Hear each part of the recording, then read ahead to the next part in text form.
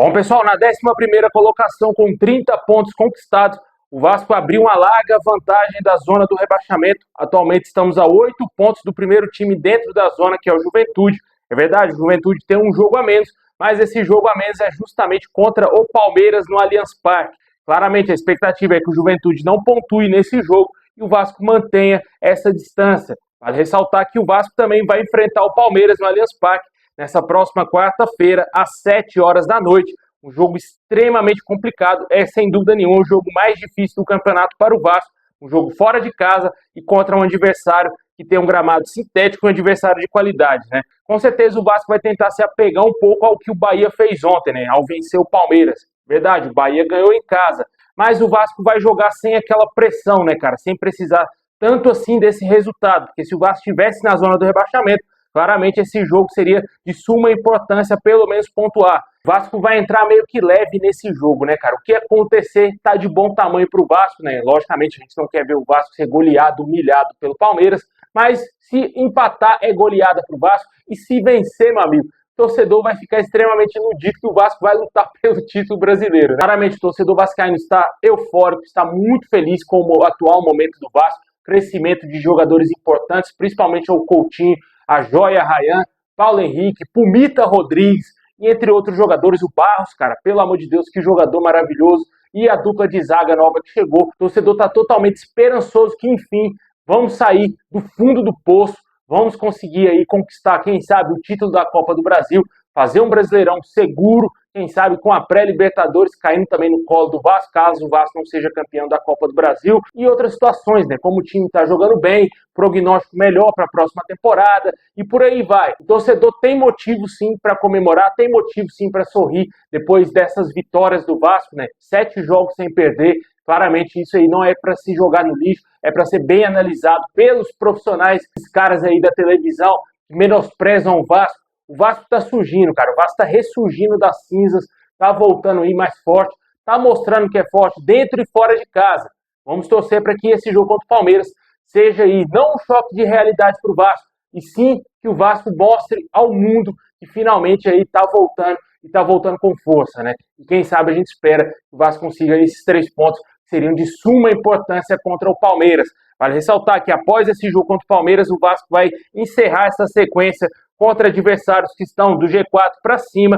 E na sequência, vamos ter o Vitória aí após esse jogo contra o Palmeiras, no domingo, às 4 horas da tarde, em São Januário. Depois enfrentamos Fortaleza fora de casa no dia 15, depois da data FIFA. Vale ressaltar que vamos ficar 10 dias parados aí devido à data FIFA, né, que claramente atrapalha e muito o futebol brasileiro, atrapalha e muito, principalmente o Vasco, nessa boa fase. Com certeza a gente espera que o Vasco não volte jogando menos do que está jogando agora. Depois desse jogo, vamos ter o Fluminense, o clássico aí, meio que um jogo aí preparativo para as semifinais da Copa do Brasil. E depois vamos ter ainda nesse mês de outubro o Bragantino fora de casa, no dia 26.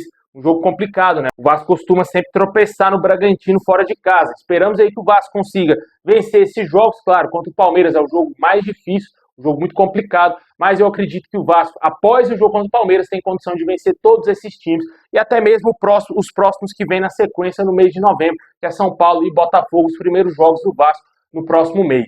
Comenta aí quantos pontos você acha que o Vasco faz nessa sequência, o que você está achando desse time do Vasco aí no Campeonato Brasileiro. Estamos na 11ª colocação, com 30 pontos conquistados aí. Vale ressaltar que ontem, infelizmente, o Grêmio ultrapassou o Vasco. Bom, pessoal, tivemos novidades aí quanto ao lateral esquerdo Lucas Piton. O jogador segue fazendo um trabalho para se recuperar da lesão e a tendência é que ele só volte após a data FIFA. Isso foi confirmado pelo próprio técnico Fernando Diniz na entrevista coletiva. O Lucas Piton, que para muitos perdeu a posição para o Pumita Rodrigues, né? O Pumita Rodrigues está jogando muito como lateral esquerdo e claramente o Piton vai ter que comer muito feijão aí se quiser voltar à titularidade. Para tirar o Pumita do time agora vai ficar difícil, cara.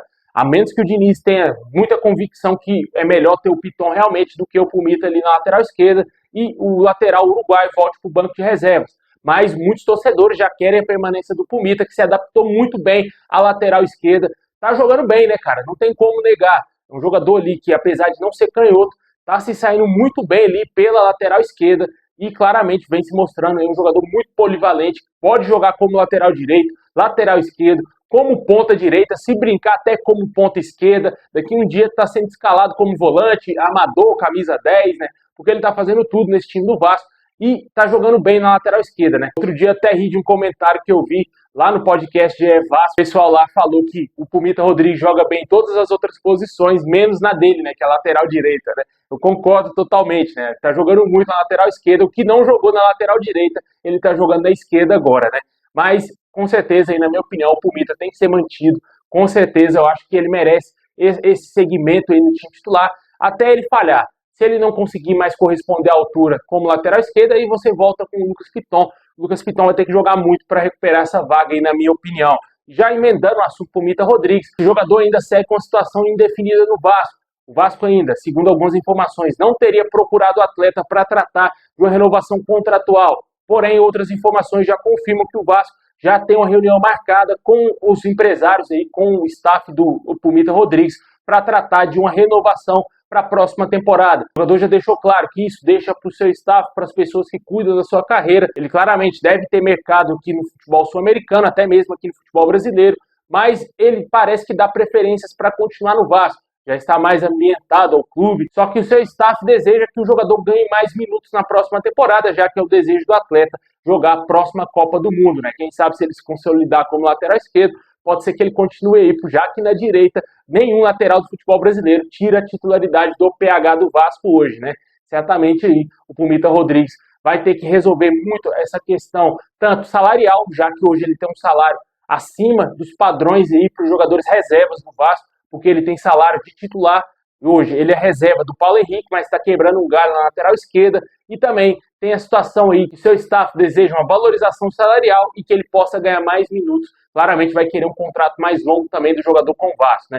Vamos ver como vai ficar essa situação. Segundo as informações mais atualizadas, é que deverá acontecer em breve uma reunião para tratar dessa renovação contratual. Até agora, as informações que temos de diversos jornalistas era que o Vasco não teria ainda procurado ninguém a respeito do Pumita Rodrigues, né? Vamos ver como vai ficar, se ele vai sair ou vai permanecer no Vasco em 2026. Bom, e outra situação que o Vasco segue aí em negociações é com o garoto Ryan, né? Diversos clubes demonstram interesse no jogador e o Vasco decidiu que só vai aceitar no mínimo vender o atleta por 30 milhões de euros, aproximadamente 189 milhões de reais. Essas informações foram confirmadas aí pelo All Sport e o clube considera mais vantajoso vendê-lo apenas nessa segunda janela de transferências, né, que vai ser em janeiro. Times da Europa demonstram interesse no atleta. Vale ressaltar que olheiros do Tottenham e Barcelona estiveram em São Januário acompanhando a partida contra o Cruzeiro, além também de que o jogador teria recebido propostas do Zenit e também do Porto, recusadas pelo Vasco. Times da Europa seguem interessados no atleta. Em breve o Vasco deverá definir aí qual será o destino do Ryan. No Vasco, eu acredito que ele não vai ficar, que ele será vendido sim em janeiro. O jogador não deverá mais continuar no clube, né? Infelizmente, está vivendo o auge da sua carreira e esperamos que ele seja vendido para um clube certo, né? Onde ele possa desenvolver, ele possa se tornar um jogador de qualidade, né? Já é um jogador de qualidade, mas que ele tenha nível europeu, de primeira prateleira, de titular de Copa do Mundo aí com a seleção brasileira e tudo mais, né? A gente torce pelo bem do Ryan e esperamos que ele seja vendido por uma boa grana, que o Vasco lucre muito com a venda do jogador também, né? Comenta aí para você qual seria o melhor caminho para o Ryan. Hoje, Tottenham e Barcelona são os clubes que estariam disputando a contratação da maior promessa do futebol brasileiro atualmente.